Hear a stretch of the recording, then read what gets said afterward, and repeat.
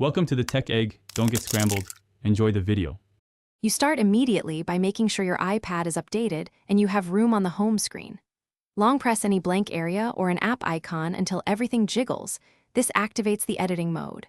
Once done, tap the plus button at the top left to open the widget gallery.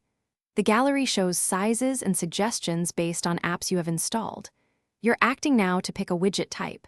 This initial step sets the layout and available options for the rest of the process. Next, scroll through the gallery and tap a widget to see size options: small, medium, large, and preview content. If you prefer dynamic content, choose Smart Stack and then Edit Stack to add or remove widgets. Once you've decided, drag the widget from the gallery directly onto the home screen and drop it on your chosen grid spot. iPad will nudge icons to make room. Make sure to hold briefly if fine positioning is needed. This step configures what appears and where it sits visually.